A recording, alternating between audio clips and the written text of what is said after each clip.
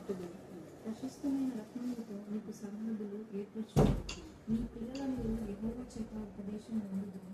నీ పిల్లలకు అధిక విశ్రాంతి కలుగును. నీవు నీతి గల దానవై స్థాపింపబడుతుంది. నీవు భయపడనక్కర్లేదు. బాధించేవారు నీకు దూరంగా ఉండరు. భీతి నీకు దూరంగా ఉండదు. అది నీ దగ్గరికి రానేరదు. జనులు గుంపుకూడదు. వారు నా వలన కూడదు. నీకు విరోధంగా గుంపుకూడు వారిని పక్షంగా ఉండదు. దేవుడి పిల్లలు ఎవ్వరు నీకు హాని చేయరు.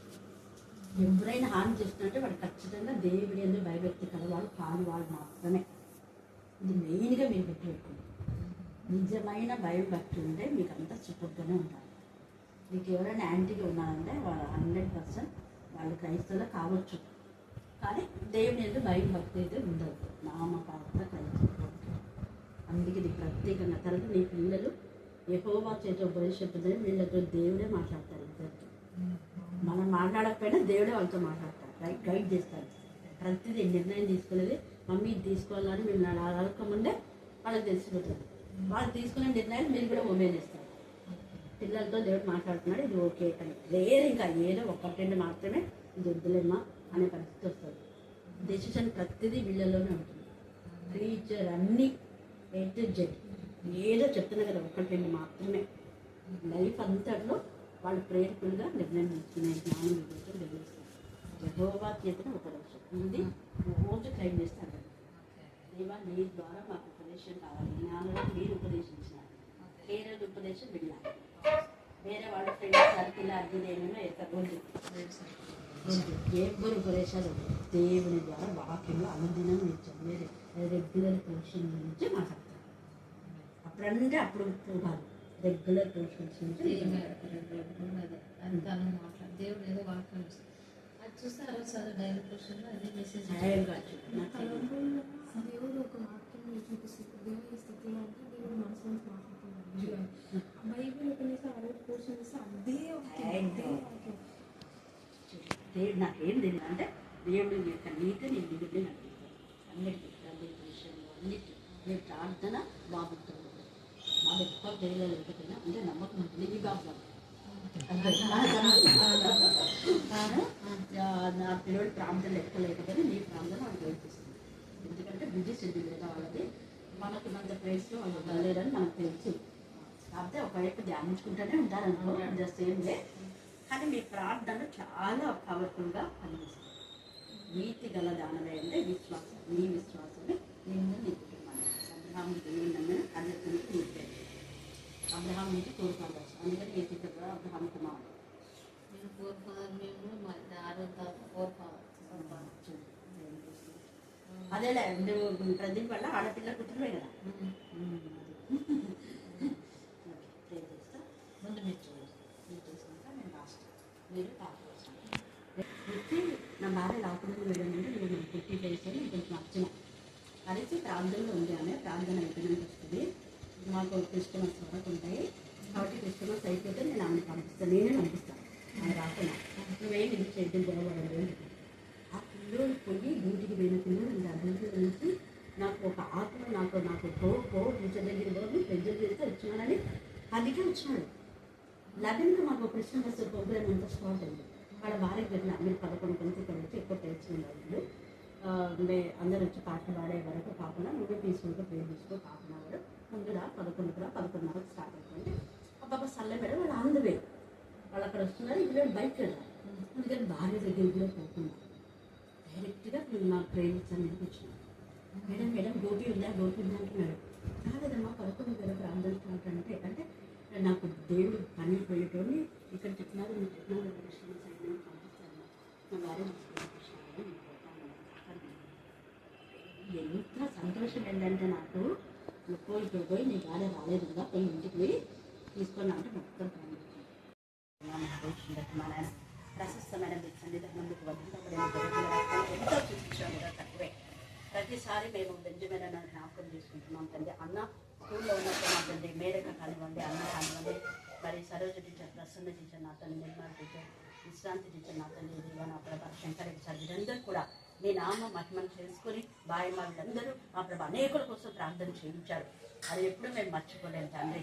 దేవా రమా వెంకటేశ్వర సార్కి విశ్వాసం కలగడానికి బెంజమిన్ అన్ననే కారణం.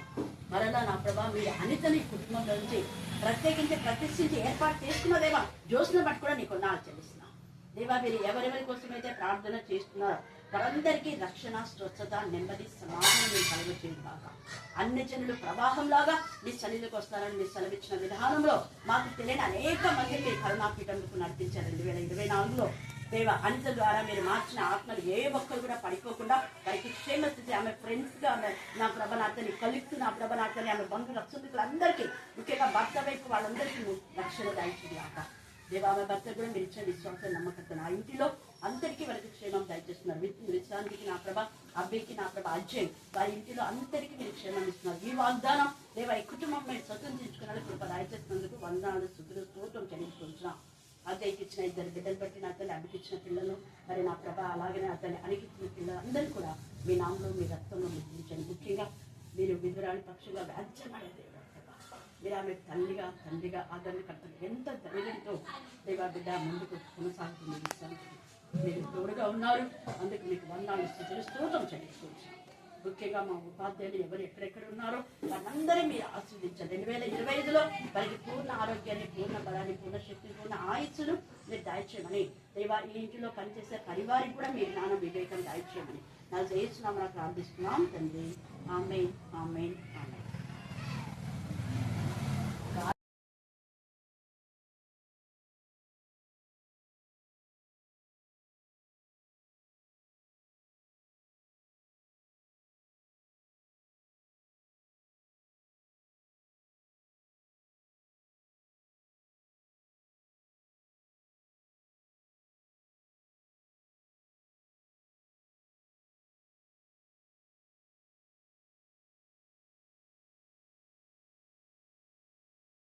శుభాకాంక్షలు.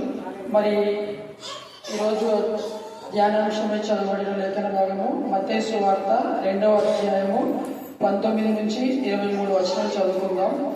హేరోదు చనిపోయిన తర్వాత ఇదిగో ప్రభువు దూత ఐగుప్తుల్లో యోసేపునకు స్వప్నమందు ప్రత్యక్షమై నీవు లేచి శిశువును తల్లిని తోడుకొని ఇశ్రాయేలు దేశంలోకి వెళ్ళును. శిశువు ప్రాణము తీయజూచు వారు చనిపోయని చెప్పి అప్పుడు అతడు లేచి శిశువును తల్లిని తోడుకొని ఇశ్రాయేలు దేశంలోకి వచ్చాడు. అయితే ఆర్కెలాయు తన తండ్రి అయిన హేరోదునకు ప్రతిగా యూదా దేశమును ఏలుచున్నాడని విని అక్కడికి వెళ్ళరని స్వప్నమందు దేవుడి చేత బోధింపబడిన వాడై గలిలయ ప్రాంతమునకు వెళ్ళి నజరేతున ఊరికి వచ్చి అక్కడ కాపురం ఉండేది. ఆయన నజరేయుడు అనబడిన ప్రవక్తల చెప్పబడిన మాట నెరవేరినట్టు ఇలాగ జరిగింది. దేవుడి దగ్గర భాగాన్ని దీవించి ఆస్వాదించుకున్నాం. ఆమేన్, ఆమేన్. తిరిగి వెళ్ళి నజరేతు విడిచి జెబూలూను నఫ్తాలియను దేశంలో ప్రాంతంలో సముద్ర తీరం అందరి కపెర్నహూమునకు వచ్చి కాపురములను. జెబూలూను దేశంలో నఫ్తాలి దేశంలో యోర్దానుకు అవలనున్న సముద్ర తీరాన అన్యజనులు నివసించు గలిలయలో చీకట్లు కూర్చుని ఉన్న ప్రజలు గొప్పలను చూసి మరణ ప్రదేశంలో మరణ ఛాయలను కూర్చుని ఉన్న వారిని దేవుడు ధరించారు. అది ప్రవక్త అయిన యెషయా ద్వారా పలకబడినది నెరవేరినట్లు ఇలాగ జరిగింది.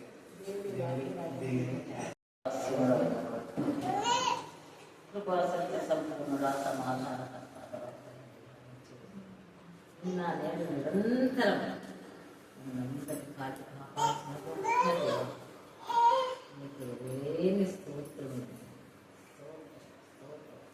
నీకు స్తుతి స్తుతి స్తుతి స్తుతి స్తోత్రములైన స్తోత్రము స్తోత్రము స్తోత్రం పరిశుద్ధురానికి స్తోత్రము పరమందు ఆశీర్వైన దేవా స్తోత్రము పరమందు నవత్సర మీరు ప్రభా దివి నుండి భూమికి దిగి వచ్చి మమ్మల్ని అందరి నిమిత్తమై తండ్రి మీరు మమ్మల్ని అందరినీ చూస్తున్నారు నాయన. అవునయ్యా మీరు భూమిలో ఉంటున్నారు తండ్రి. పరమ పవిత్రమైనటువంటి తండ్రి ఆ యొక్క పరలోక రాజ్యం ఎంతో గొప్ప తండ్రి. అంత గొప్ప ధన్యతలు మీరు పాపులమైనటువంటి మా కొరకే ప్రతి ఒక్కొక్కరం ఇక్కడ చేరిన మేమందరం కూడా పాపలము తండ్రి. మా కొరకు తండ్రి నీ ప్రాణం పెట్టుటకు తండ్రి దిగి నుండి భూమికి దిగి వచ్చి తండ్రి విషయానికి స్తోత్రములైన స్తోత్రము, విషయానికి స్తోత్రము తండ్రి స్తోత్రము. అవును ప్రభా, మేమందరం మట్టి వారం అనుకున్న యోగ్యత లేదు కానీ కేవలం నీ కృప చేతనే, నీ దయ చేతనే, నీ ప్రేమ చేతనే తండ్రి మమ్మల్ని అందరి సత్య శక్తిలో నుంచి ప్రభా నీకు స్తుతి స్తోత్రం చెల్లించిన ధన్యత ప్రతిస్తోత్రం. అవును మేమేమైనా మా పట్ల నీ చిత్తం ఏమైనా తండ్రి మాకు తెలియదు. సర్వం ఎరిగిన దేవ, సర్వం నీవే ప్రభా, సర్వ సమృద్ధి అయిన దేవుడు నీవే. పాపల పాలికి పరమ రక్షకుడు ఏ ఒక్కరు కూడా నశించుకోవడం ఇష్టం లేదు నాయన.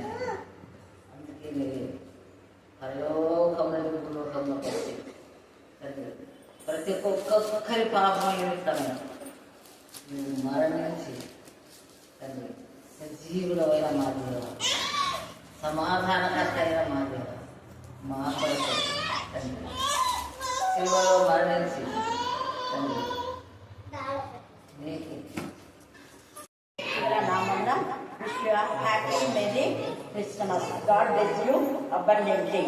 ప్రతి ఒక్కరిని తండ్రి అయిన దేవుడు బహుగా ఆశీర్వదించుగాక. ఒక వచనం చదువుకొని ప్రార్థన చేసుకొని ధ్యానంలోకి వెళ్దాం. మత్తయి సువార్త 2వ అధ్యాయము 23వ వచనం.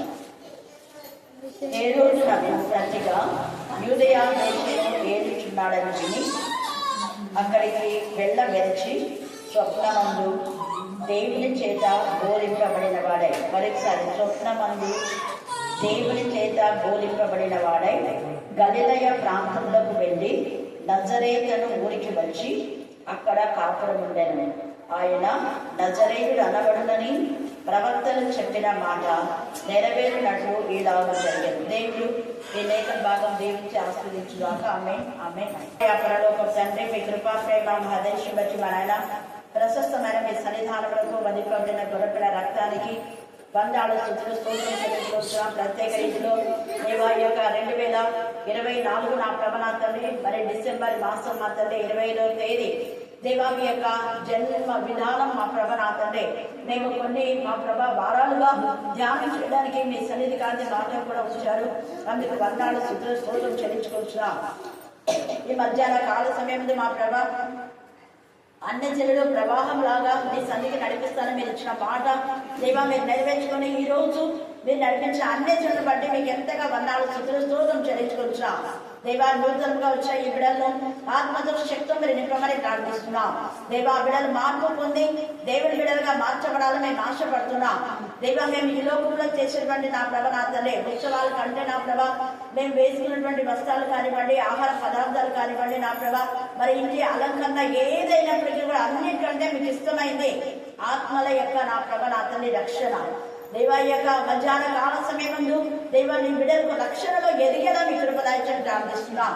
రక్షణ లేని వారికి రక్షణ దయచేసి కాక, రక్షణ పొందిన బిడ్డలు రక్షణ బలపరచని స్థిరపరచు కాక, దేవా రక్షణ పడిపోయిన వారిని మరలా లేవనెత్తమని ప్రార్థిస్తున్నాం. జిగట గల భూమిలో నుంచి, పాపము భూమిలో నుంచి, చీకటి శక్తుల నుంచి, మరణ ఛాయ లోయలో నుంచి నా ప్రభా దేవా మరణం పట్టుకుని అతన్ని చావాలనుకున్న బిడ్డలు చావు యొక్క నా ప్రభా కోరల నుంచి, చావు యొక్క నా ప్రభా బంధకాల నుంచి మీరు విడిపించేటువంటి దేవుడిగా ఉన్నందుకు నీకు వందనాలు చెల్లిస్తా. దేవ నజరైన నామం ఎంత శక్తివంతమైందో ఇక ప్రతి బిడ్డ గ్రహించడానికి మీకు దయచేయాల. ప్రతి దినం నజరైన యేసు నామంలో ప్రార్థించడానికి, యేసు నామంలో నడవడానికి, యేసు నామంలో స్తుతించడానికి, యేసు నామంలో మహిమపరచడానికి, యేసు నామం ఘనపరచడానికి, యేసు నామంలో జీవించడానికి, యేసు నామంలో ప్రకటించడానికి మీ యొక్క శక్తిని సహాయం కాపుదల నడుపుదల దయచేయగాక. మా దేవా మీకే స్తోత్రం. ఎంతైనా నమ్మదగిన దేవుడు, ఎంతైనా చాలినంత దేవుడు ప్రవాసం. ప్రతి ఆత్మ పైన మీ ఆత్మ కుటుంబరింపదాయని ప్రార్థిస్తున్నా. ప్రతి ఆత్మను మీ జ్ఞానాత్మత నింపమని ప్రార్థిస్తున్నా. ప్రతి బిడ్డలో బలహీనతల దేశంలో గద్దించి మాతలుగా బంధించమని ప్రార్థిస్తున్నా. లేదా వాక్యం వాక్యంతో మార్చుగాక. వాక్యం బయట వెళ్తున్నప్పుడే ఆత్మీయ మానసిక శారీరక రుగ్మత నుంచి విడిపించమని ప్రార్థిస్తున్నా. తండ్రి ఈ బిడ్డలు మా తల్లి వృద్ధాప్యంలో నా తల్లి అక్కను బట్టి అక్క మా ప్రభ నా తల్లి వాళ్ళ అత్తమ్మ కానీ ప్రత్యేకంగా మీరు ఆస్తులించి బలపరచాలి. దైవ వృద్ధులు దైవ నా తల్లి కిరీటం అని మీరు సెలవిచ్చారు. అవును ప్రభావం ఏంటంటే అసలు చెప్పలేదు. ఎన్నిసార్లు దసైనా యేసు నామం స్మరిస్తే అన్నిసార్లు దేవుడికి స్తోత్రం. నేనేం చెప్పాలనుకున్నా, ఒక అమ్మాయిని రమ్మని చెప్పమని వద్దని చెప్పినా కానీ ఏడ్పించిందాన్ని ఈరోజు రమ్మని చెప్దాం అనుకున్నా, దేవుడు పంపించినాడు. హల్లెలూయా హల్లెలూయా హల్లెలూయా. దేవుడికి స్తోత్రం. దేవుడు తన పిల్లలను నిజంగా అలా ప్రేరేపింప చేస్తాడు. కొన్ని పరిస్థితులను బట్టి దేవుడికి దూరం అయిపోయినా ఇదే త్రోవ అక్క చేసింది ప్రార్థన. నేను చెప్పే వాక్యం మీకు తెలుసు, నజరేడని నిన్న చెప్పా, అక్కకు తెలియదు కానీ అక్క ప్రార్థన చేసింది. చూడాలి ఎంత తేడాగా. మీరు అక్క ఈరోజు చేసిన ప్రార్థన విన్నారంటే దాంట్లో అర్థాన్ని మీరు గ్రహిస్తే ఎప్పుడు మీరు కరుణాపీఠం విడిచిపెట్టాలి. ఇదే త్రోవ, దీనిలో నలుగురు. ఈరోజు మన ధ్యానాంశం కూడా అది కూడా ఒక భాగమే. ఇక్కడ మనం చూస్తే హేరోదు విషయంలో జ్ఞానులు ఏమన్నారు నిన్న మనం చూసుకున్నాం కదా. జ్ఞానులేమో హేరోదు ఏం చెప్పినాడు, మీరు పూజించి మళ్ళా వచ్చి నాకు చెప్పండి అన్నారు. మరి నిజంగా జ్ఞానులు వచ్చి హేరోదుకు మళ్ళా వచ్చి చెప్పినారా? చెప్పాలా? చెప్పలేదు. హల్లెలూయా హల్లెలూయా. కొంతమంది లోకానుసారంగా తప్పుడు త్రోవలో తప్పుడు బోధన చేసి తప్పుడు విధానంలో మనం నడిపేయాలని చూస్తారు. కానీ మనం అలర్ట్గా ఉండాలి. ఇక్కడ జ్ఞానులు పాపం అమాయకులైన జ్ఞానులకు ఏం తెలియదు. లోపల ఏ రోజు ఉండే బిషప్ యొక్క స్వభావము తెలియదు. పూజిస్తున్నా నేను కూడా పూజిస్తానంటున్నాడు. చాలా మంది నేను కూడా వాక్యం చెప్తున్నా, నేను కూడా ప్రాణం చేస్తాను, నేను కూడా స్వార్థం ప్రకటిస్తున్నా, నేను కూడా సేవకునే, దేవుడు నన్ను పిలిచాను అంటున్నారు. కానీ వాళ్ళు పిలువబడిన వాళ్ళు కాదు అని దేవుడు ఒకరోజు కలుస్తారు. వాళ్ళంతా కూడా దొంగలు దోచుకునే వాళ్ళని దేవుడు రుచిపరుస్తాడు ఖచ్చితంగా. ఈ యొక్క హేరోదు పూజిస్తానని చెప్పాడు కానీ అతని హృదయంలో పూజ కాదు, అతని హృదయంలో యేసయ్యను హంతం చేయాలని, అలాగనే కొంతమందిని మానసికంగా క్షోభ చేయాలని, కొంతమంది జీవితాలను తారుమారు చేయాలని, కొంతమంది జీవితాల్లో ప్రశాంతంగా ఉన్న వాళ్ళలో కలవరం రేపాలన్నది దుష్ట శక్తుల యొక్క ప్రభావం, దుష్ట శక్తుల యొక్క ఆలోచన, కపటపు ఆలోచన. ఈ యొక్క హేరోదు యొక్క కపటపు ఆలోచన, ఈ యొక్క మధ్యాహ్న కాల సమయంలో అపవాది యొక్క కపటపు ఆలోచన, మనకు వాడు విరోధంగా చీకట్లో ఏమేమో చేయాలనుకున్నా వాడు ఏం చేయలేడు. దేవుడు మనకు తోడుగా ఉంటాడు. హల్లెలూయా హల్లెలూయా హల్లెలూయా. పాపం జ్ఞానులకు తెలీదు. జ్ఞానులేమో నిజంగా పూజిస్తాడేమోలే, తర్వాత యేసయ్య పూజించిన తర్వాత మనం వచ్చి హేరోదు చెప్దాంలే అనుకున్నాం. కానీ వెంటనే దేవుడు మాట్లాడినాడు, అయ్యో మీరు మోసపోవద్దు. ఏ రోజు కప్పటి ఆలోచనతో ఉన్నాడు, వాడి మాట వినద్దు, అసలు ఆ మార్గంలోనే వెళ్ళదు. ఏ రోజు దగ్గర పక్క పెట్టండి, ఆ మార్గంలోనే వెళ్ళదు. మీరు తెలియగా ఏ రోజు మార్గం వెళ్ళి అక్కడ చెప్పారు మీరు. ఎందుకంటే వీళ్ళ ఒక ఉద్దేశం నిన్ననే మనం అనుకున్నాం, రాజు అంటే ఏ రోజు రాజు వాళ్ళ బంధువులు ఎవరైనా ఉంటారేమో అనుకొని వెళ్ళారు వాళ్ళు. ఎందుకంటే రాజు పుట్టినాడు, యూదులు రాజు కదా, మరి యూదులకు రాజు ఉండేది ఎవరు? హేరోదు. హేరోదు తర్వాత మరొకరు హేరోదు వస్తూనే ఉంటారు. రాజులు వాళ్ళంతా హేరోదులే, యూదుల రాజులంతా హేరోదు అని చెప్తానే ఉంటారు. అర్గేలా అయిన పేరు ఉంటుంది, మళ్ళీ హేరోదు అని చెప్తారు వాళ్ళు. ఇక్కడైతే ఈ యొక్క విధానంలో ఈ హేరోదు కపటపు ఆలోచన కలిగి ఉన్నాడని దేవుని ద్వారా వాళ్ళు దర్శనంలో హెచ్చరింపబడతారు. హెచ్చరికలు స్వీకరించి వాళ్ళు కపటపు ఆలోచన కలిగిన హేరోదు మాట వినలేదు. ఈ మధ్యాహ్నం ముందు లోక సంబంధులైన వాళ్ళు ఎవరైనా కావచ్చు, వాళ్ళ మాట కాదు మనకు కావాల్సింది దేవుని వాక్యం, దేవుని యొక్క మాట. దేవుని మాట ఉన్నది ఉన్నట్టుగా చెప్పేవాళ్ళు మాత్రమే అలాంటి బోధలే మనం వినాలి. మిగతా బోధలు విని మనం కలవరపడకూడదు, మన జీవితాలు పాటు చేసుకోకూడదు. ఆ త్రోవ సరైన త్రోవ కాదు అని దేవుడు చెప్తున్నాడు. అది మంచి త్రోవ కాదు. ఈ హేరోదుతో ఉన్న వాళ్ళకి అందరికి కలవరం వచ్చేసింది. వీళ్ళు వెళ్ళనందుకు, వీళ్ళు వాళ్ళ ముందే కలవరం వచ్చింది, వెళ్ళడానికి ఇంకా కలవరం వచ్చింది. అందుకని ఏం చేస్తున్నాడు, ఆ కలవరాన్ని కోరుకోవడానికి ఎంత అసూయతో, ఎంత ద్వేషంతో, ఎంత కక్షతో వాళ్ళు చెప్పారు. దాదాపు 2 సంవత్సరాల లోపు ఉంటాడు ఆయన వయసు అన్నారు. 2000 కిలోమీటర్లు మేము నడిచొచ్చాము, మైళ్ళు మేము నడిచొచ్చాము ఇక వాహనాల్లో, అంటే అదే ఒంటెలతో వస్తున్నాం మేము అని వాళ్ళంతా చెప్పారు వివరణ. అందుకని యేసు ప్రభుల వారు జన్మించింది తెలుసుకోలేక ఇంకా ఇశ్రాయేలు జనాంగంలో 12 గోత్రాల్లో 2 సంవత్సరాల్లో కూడా పిల్లలందరూ చంపించారు. ఎంత నేచర్ చూడండి.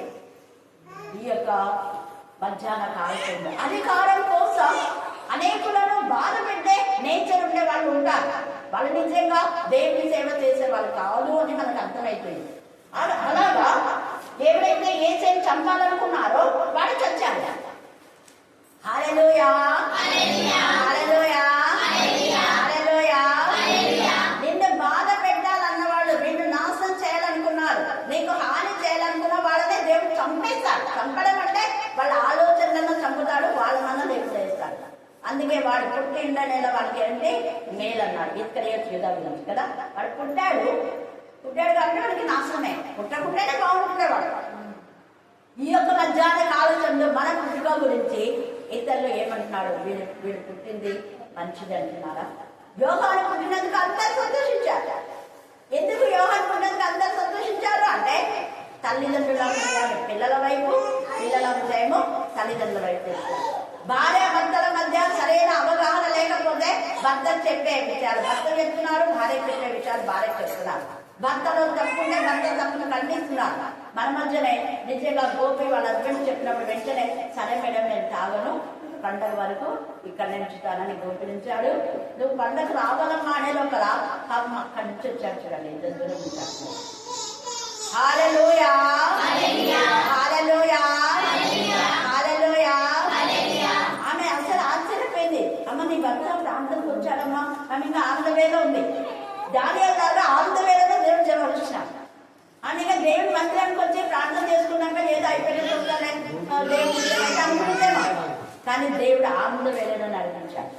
ఎంత గొప్ప కృపగల దేవుడు. మళ్ళీ ఒక్కడు కాదు, పిల్లలు తీసుకొని వచ్చాడు. హల్లెలూయా, హల్లెలూయా. దేవుని యొక్క కార్యం ఆయన ఆశ్చర్యకారుడు. అందుకనే యేసు యొక్క కార్యంలో తండ్రి అయిన దేవుడే మనకు తెలియజేస్తాడు. ఎవరు హాని చేయాలనుకున్నా మనకి ఎవరు హాని చేయలేరు కూడా. చేయకుండా దేవుడే చేస్తాడు. దేవుడు ఈ మధ్యాహ్నం నీతో మాట్లాడితే అదే త్రోవలో ఉండు, అదే వేలో ఉండు, కుడికి ఎడమకి తిరగదు. అట్లా చేసింది పరిశుద్ధాత్మ ద్వారా. పరిశుద్ధాత్మ ద్వారా ప్రార్థించినప్పుడు, పరిశుద్ధాత్మ ద్వారా వాక్యం చెప్పినప్పుడు, పరిశుద్ధాత్మ ఏడ్చినప్పుడు, పరిశుద్ధాత్మ ఏడుస్తుంది అనుకోవాలి. మనుషులు కాదు. మనుషులకు ఏ విధమైనటువంటి అంత ఏడుపు రాదు. పరిశుద్ధాత్మ దుఃఖపడుతుంది. ఎందుకు దుఃఖపడుతుంది అంటే దేవుని దైవికంగా ఆరాధించవలసినంతగా ఆరాధించలేకపోతున్నారు. ఇక్కడ జ్ఞానులేమో చక్కగా ఆరాధించినారు, కానీ ఏ రోజు ఆరాధించవలసిన విధానంలో ఆరాధించకుండా ఆయననే మాయం చేయాలనుకున్నాడు. ఎంత నీచుడు చూడండి.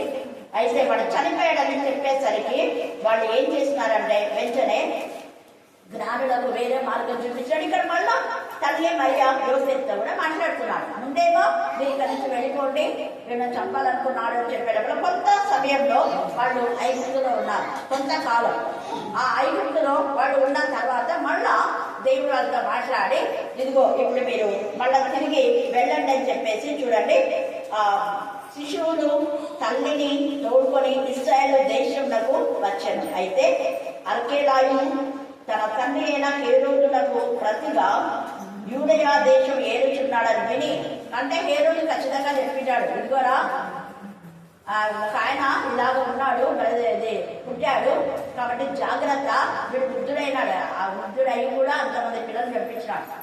ఇప్పుడు కొడుకు రాజైపోతున్నాడు కాబట్టి కొడుకు ముందే ఎప్పింటాడు. ఎవరైనా యేసు అని పేరుంటే లేకపోతే క్రీస్తు అని పేరుంటే ఇమ్మానుయేల్ పేరుంటే పంటేస్తాయి. వాడు మళ్ళా ముందుకు అవసరం ఉంది అని ముందే ఎప్పింటాడు. అందుకని యోసేపుకి అర్థమైపోయింది అర్కేలా తన యొక్క కుమారుడే కాబట్టి ఎలాగైనా కూడా మళ్ళా ఇలాగ చేస్తారు కాబట్టి వద్దు ఇక్కడ అనేసి. అప్పుడు చూడండి దేవుని చేత బోధింపబడిన వాడే గలిలయ ప్రాంతంలోకి వెళ్ళి నజరేతు ఊరికి వస్తే అక్కడ కాపురం ఉంటాను. వితౌట్ హిస్ నాలెడ్జ్ అసలు యోసేపునకు తెలియదు. ఈ ప్రవచనం ఆల్రెడీ ప్రవక్తలు ప్రవచించారు. ప్రవక్తలు ప్రవచించిన ప్రవచనాలు ఏంటంటే ఆయన నజరేయుడు అనబడదు. హల్లెలూయా, హల్లెలూయా, హల్లెలూయా. అందుకే మన ధ్యానాంశం నజరేయుడైన యేసు. ధ్యానాంశం ఏం చెప్పండి? మళ్ళీ చెప్పాలా? అందరికి గుర్తుందో కదా. ఎందుకంటే పదే పదే నజరేయుడు యేసు కదా, నజరేయుడైన యేసు నామంలో సంతోషం, సమాధానం, సమృద్ధి, స్వస్థత. నజరేయుడైన యేసు నామంలోనే సంపూర్ణమైన, కొంచెం కాదు, సంపూర్ణమైన ఆనందం, ఆదరణ, ఆశీర్వాదం, అభివృద్ధి. నజరేయుడైన యేసు నామంలోనే సంపూర్ణమైన విడుదల, విమోచన, విశ్వాసం, విధేయత, వినయం, విషయం. నజరేయుడైన యేసు నామంలోనే జ్ఞానం, బలం, శక్తి, మహిమ, ఘనత, పరిశుద్ధత, ప్రేమ, ఆనందం, ఆశీర్వాదం, ఐశ్వర్యం అన్ని. ఇలాగ రోజు మీరు చెప్తే నజరేయుడైన యేసు నామంలోనే దేవుడు మనకి ఇస్తాడు. ఆ నామం అంటే దేవునికి ఇస్తాం. ఆయన నజరేయుడని అనబడమని చెప్పి ఆ యొక్క ప్రవక్తల ద్వారా చెప్పబడిన మాట ప్రకారమే వాళ్ళకు ప్రేరేపణించి నజరేతుకు వెళ్ళారు. హల్లెలూయా, హల్లెలూయా, హల్లెలూయా. అందులోనే నజరేతుల ఊరికి వచ్చి అక్కడ కాపురం ఉండేరు. ఆయన నజరేయుడు అనబడిన ప్రవక్తలు చెప్పిన మాట నెరవేరేటట్లు ఇది జరిగిందనమాట. నెరవేరేలాగా దేవుడే ఇలాంటి కృప చూపించాడు. మరి ఎంత శక్తి నజరేయుడైన యేసు నామంలో ఉండడం, నిజంగా తండ్రి అయిన దేవుడి యొక్క నామమును గణపరచడానికి తండ్రి అయిన దేవుడు నజరేయుడు అని యేసు నామం అని ఆ మహిమ పరిచే విధానాన్ని కూడా మనం చూస్తున్నాం. తర్వాత యేసయ్య యొక్క జననము ఫలానా రోజు కాదు అని వాదించే వాళ్లకు మీరు చెప్పండి. లూకా సువార్త 2వ అధ్యాయంలో సర్వలోకములకు అది మొదటి ప్రజా సంఖ్య. హల్లెలూయా, హల్లెలూయా, హల్లెలూయా. అసలు ప్రపంచంలో మొదటి ప్రజా సంఖ్యలో మొదటి పేరు యేసు ప్రభుల వారి పేరే. హల్లెలూయా, హల్లెలూయా. అందుకే క్రీస్తు వంశావళి అని రాయబడింది కదా. చూడండి, అబ్రహాం వంశావళి అని రాయొచ్చు, ఇంకా ఆదాం వంశావళి, వీళ్ళందరూ ఉన్నారు. అయినా క్రీస్తు వంశావళి అంటే ప్రపంచంలో ఆదాము నుంచి మరి తర్వాత యేసు ప్రభుల వారి వరకు కూడా చనిపోయిన వాళ్ళు లేదా నోవహు వరకు చనిపోయిన వాళ్ళంతా మళ్ళా యేసుక్రీస్తు నామంలోకే రావాలి. నోవహు నుంచి యేసు ప్రభుల వారు చనిపోయి తిరిగి లేచిన వరకు చనిపోయిన వాళ్ళంతా కూడా క్రీస్తు వంశావళిలో చేర్చబడాలి. హల్లెలూయా, హల్లెలూయా, హల్లెలూయా. క్రీస్తు వంశావళి, క్రీస్తు వంశావళి చాలా చాలా నిజంగా ఎంత శ్రేష్టమైంది. ఎందుకు అంటే ఆయన నామమును హెచ్చించాడు. తండ్రి అయిన దేవుడే యేసయ్య నామమును హెచ్చించడం రాయబడింది. తర్వాత ఇంకొకటి ఏంటంటే, మనము ఏ పుస్తకాలు చూసినా కూడా కొన్ని వేల సంవత్సరాల క్రితం పుస్తకాలు రాయబడ్డాయి. అయితే మళ్ళా వాళ్ళని రీప్రింట్ చేసేటప్పుడు క్రీస్తుకు పూర్వము, క్రీస్తుకు తర్వాత తెలుసు కదా మీకు. ఏ మత గ్రంథాలు అయినా చూడండి, 100% క్రీస్తు శకము. ఎంత చక్కగా క్రీస్తుకు పూర్వము, క్రీస్తు శకమని రాయబడింది. మిగతా మత గ్రంథాల్లో కృష్ణుడికి శకము అని, లేకపోతే దేవతలు అనబడే వాళ్ళు చాలా మంది ఉన్నారు కదా, వాళ్ళ పేద శకాలు ఉన్నాయా? లేవు. దీన్ని బట్టి తండ్రి అయిన దేవుడు యేసుక్రీస్తు ప్రభుల వారు నిజమైన దేవుడు, రక్షకుడు, విడుదల, విమోచకుడని మనకు రుజువు చేయబడుతుంది. హల్లెలూయా, హల్లెలూయా, హల్లెలూయా. ఇంకా ఇంతకంటే కృప అవసరంలా. అక్కడ ప్రజా సంఖ్యలో మొదటి పేరు నమోదు యేసు తల్లి మరియా యోసేపు కుమారుడైనటువంటి యేసు ప్రభు వంశావళి. ఇంకా అక్కడే చేర్చబడింది. అందుకే క్రైస్తవులు అంటే క్రీస్తు వంశావళిలో చేర్చబడినారు. It is not caste. అది మార్గం. అది కూడా అక్కడ చేశారు. మార్గం, సత్యం, జీవం అంటే యేసయ్య మార్గంలోకి రావాలి అని. యేసయ్య మార్గంలోకి ఎందుకు రావాలి అంటే యేసయ్య మార్గమే సత్య మార్గం, జీవ మార్గం, నిత్య మార్గం, సమాధాన మార్గం, సమృద్ధి గల మార్గం, టోటల్ గా అపవాదిపైన విజయాన్ని ఇచ్చే మార్గం. హల్లెలూయా, హల్లెలూయా, హల్లెలూయా. తర్వాత ఇంకా 16వ వచనంలో దేవుడు మనకి ఈ ప్రవచనం నెరవేర్చినాడు. కరుణాపీఠంలో అనేక మంది అన్యులను ప్రవాహం లాగా నడిపిస్తాడన్నాడు. దేవుడు నడిపించాడు మన మధ్య. దేవుడికి స్తోత్రం. మరి అక్కమ్మగా కుటుంబం మార్చబడి ఆమెను బట్టి ఆమె లక్ష్మి కుటుంబం, గోపి కుటుంబం, నాగమ్మక కుటుంబం, సరస్వతి వాళ్ళ కుటుంబం, గోకారమ్మ కుటుంబం, వీళ్ళందరి పేర్లు నేను చేస్తుంటా. సరస్వతి, ఇంకొక అవ్వ కూడా. వీళ్ళందరి పేర్లు ఎందుకు నాకు గుర్తుంటాయంటే వాళ్ళు ప్రవాహం లాగా మందిరంలోకి వచ్చారు కాబట్టి. హల్లెలూయా, హల్లెలూయా.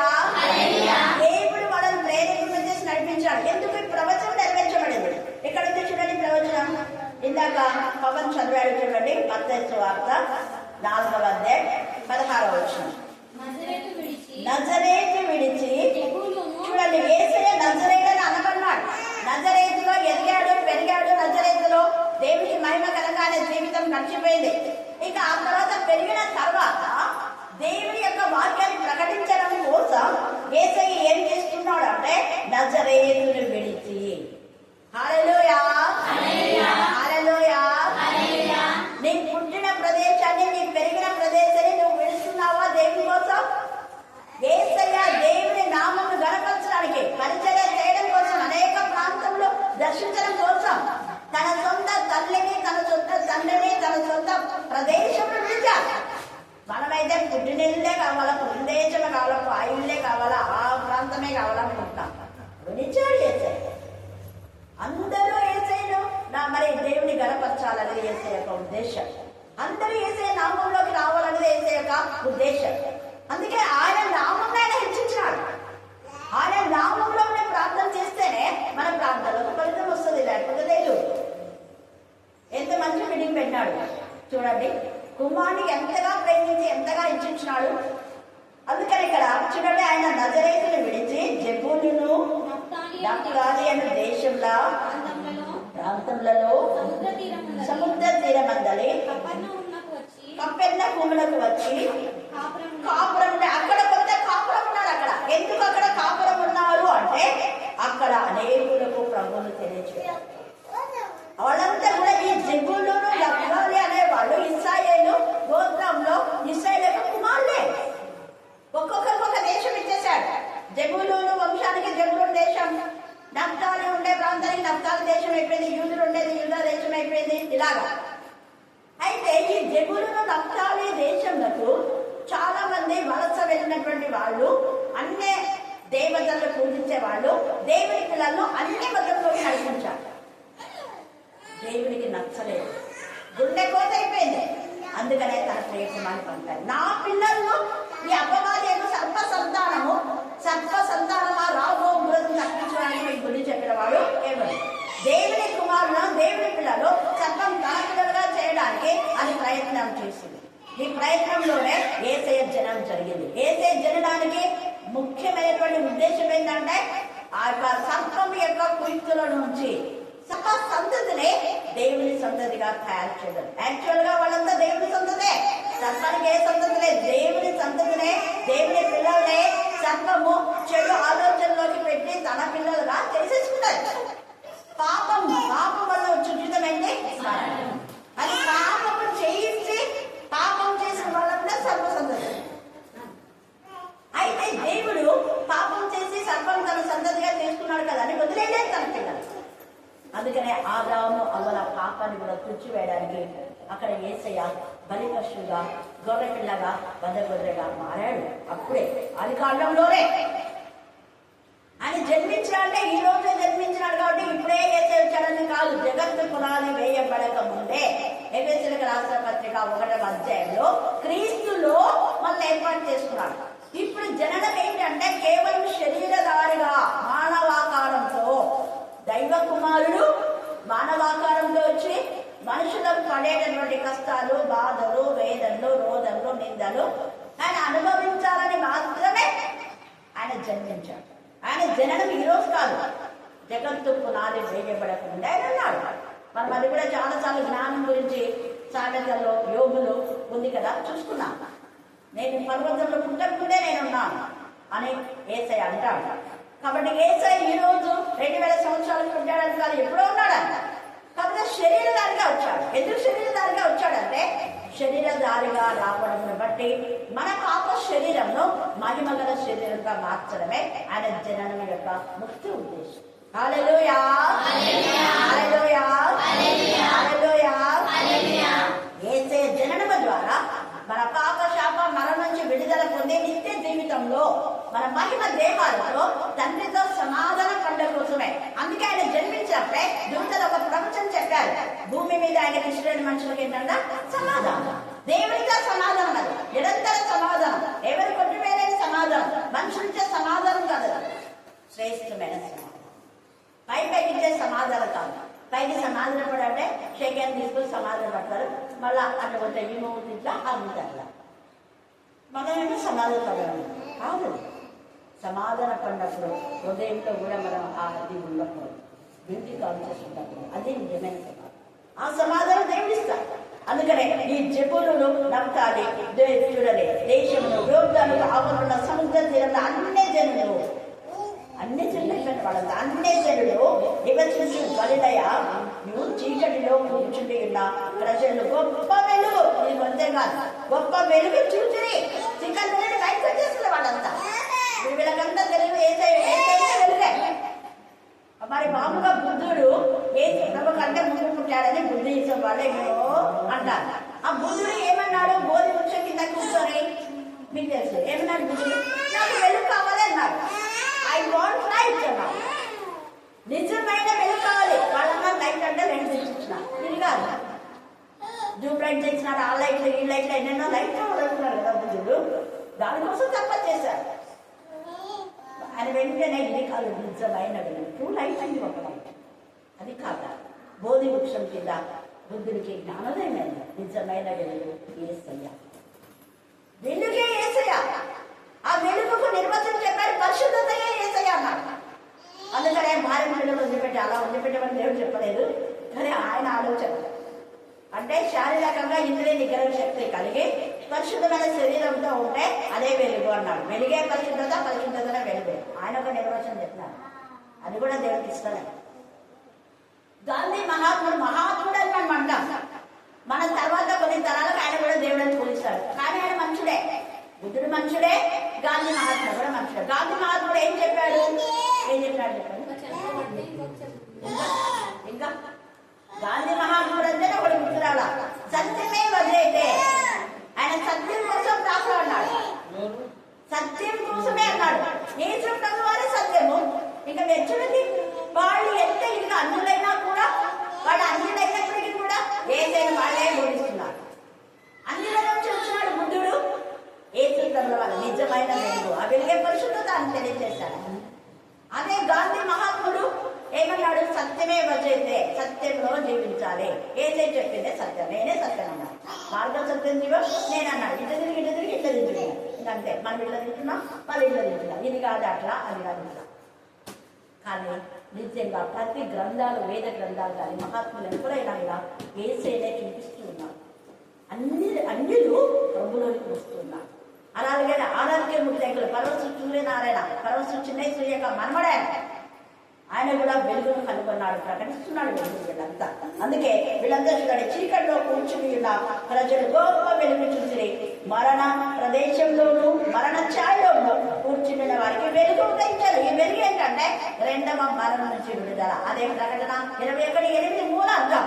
అక్కడ పిరికివారు, అవిశ్వాసులు, అసహ్యులు, నరహంతకులు, వ్యభిచారులు, మానసికులు, విగ్రహారాధికులు అందరూ నరక అగ్ని గంధకాలం పడతారని చెప్పినందుకే బుద్ధుడు విగ్రహారాధన చేయలేదు, గాంధీ మహాత్ముడు విగ్రహారాధన చేయలేదు. ఇంకా మిగతా పూజ యొక్క కొడుకులంతా కూడా విగ్రహాలను వదిలిపెట్టి సజీవుడైన దేవుని ప్రకటిస్తూ ఉన్నారు. వాళ్ళ యొక్క జుట్టు అంతా, వాళ్ళ యొక్క జంజనాన్ని తీసేసి వాళ్ళు వేసేను ప్రకటిస్తున్నారు. యాక్చువల్ గా పూజాలు షూట్ వేసుకోరు, పూజాలు పట్టు వస్త్రాలు పంచ అదేదో ఇంట్లో వేసుకుంటారు అంతే, అదే జంజలు వేసుకుంటారు. పంచ కట్టు ఉంటుంది, చొక్కా కూడా వేసుకోరు, పంచ కట్టు ఉంటుంది, జంజం వేసుకుంటారు. కానీ ఆరోగ్యం ఉంటే మంచిగా షూట్ వేసుకున్నారు. ఇది ఎక్కడి నుంచి వచ్చింది? అమెరికా వాళ్ళకి కిందికి వస్తారు. మరి ఈరోజు ఇక్కడంతా కూడా ఇండియాలో అందరూ ప్యాంట్ షర్ట్ షూట్ వేస్తున్నారంటే అది మిషనరీస్ నుంచి వచ్చిందే. మన మిషనరీస్ వచ్చి మనకి నేర్పించాలి.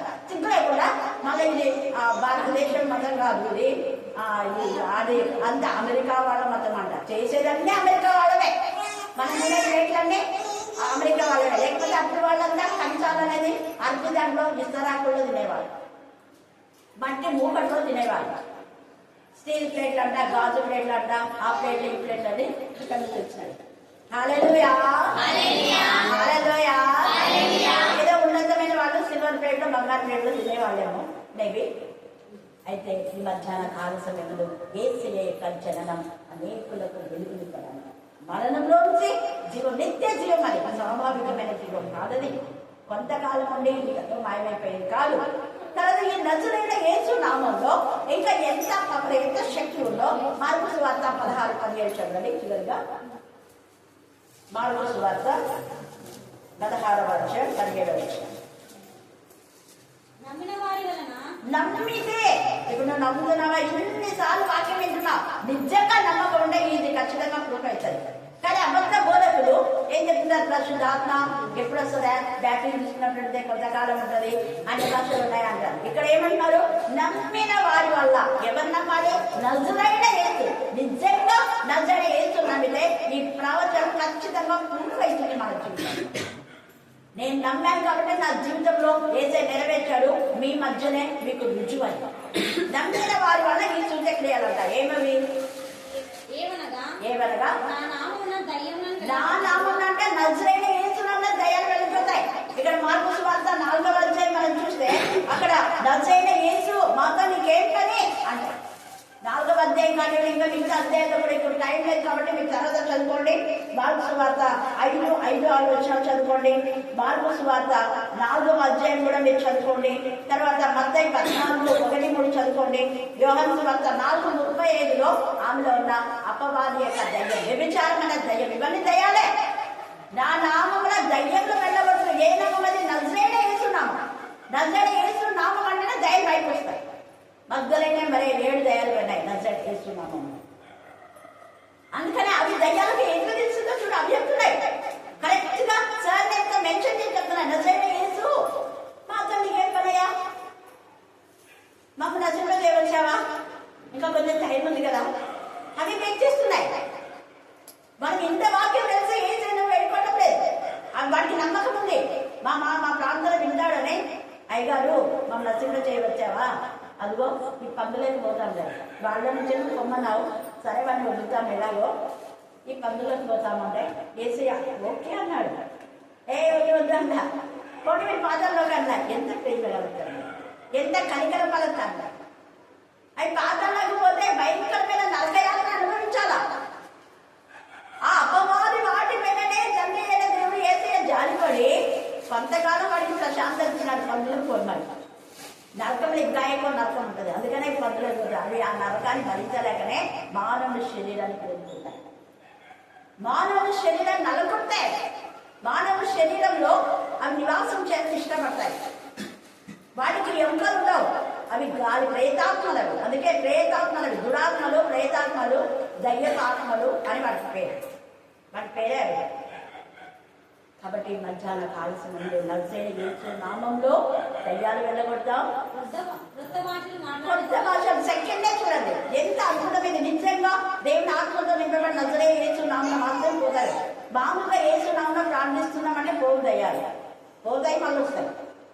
అయిపోయి మళ్ళీ వచ్చినాయంటే కారణం రెండే.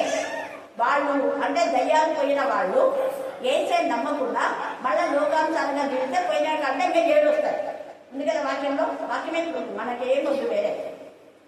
అయితే నిజంగా వాళ్ళు ఆ దయ్యాలు వెళ్ళగొట్టిన వ్యక్తి నజరైన యేసు నామంటే అవి పోయి ఇంకా ఎప్పుడు రావు. ఆ వ్యక్తి కరెక్ట్ ఉంటే, ఆ వ్యక్తి కరెక్ట్ లేకపోతే వస్తాయి. నజరైన యేసు నామకి అంత పవర్ ఉంది. అందుకని ఇక్కడ కొత్త భాషలు కూడా మాట్లాడతారంటున్నారు. నజరైన యేసు వాడు విశ్వసించాలా, అది కూడా వాళ్ళ భాషలో. వాళ్ళ భాష రాకపోతే ఇంక అందరికీ రావాల. చూడండి అన్ని భాషలు మాట్లాడతారు. ఇంకా మరణకరమైనది ఏది తాగినా కూడా, పాములాడు ఎత్తి పట్టుకున్నా మనం ఎన్నిసార్లు ఎత్తి పట్టుకున్నాం. మరణకరమైనది ఏది తాగినా కూడా అది వారికి హాని చేయదని చెప్పేసి మందు తాగమని చెప్పడం కాదు.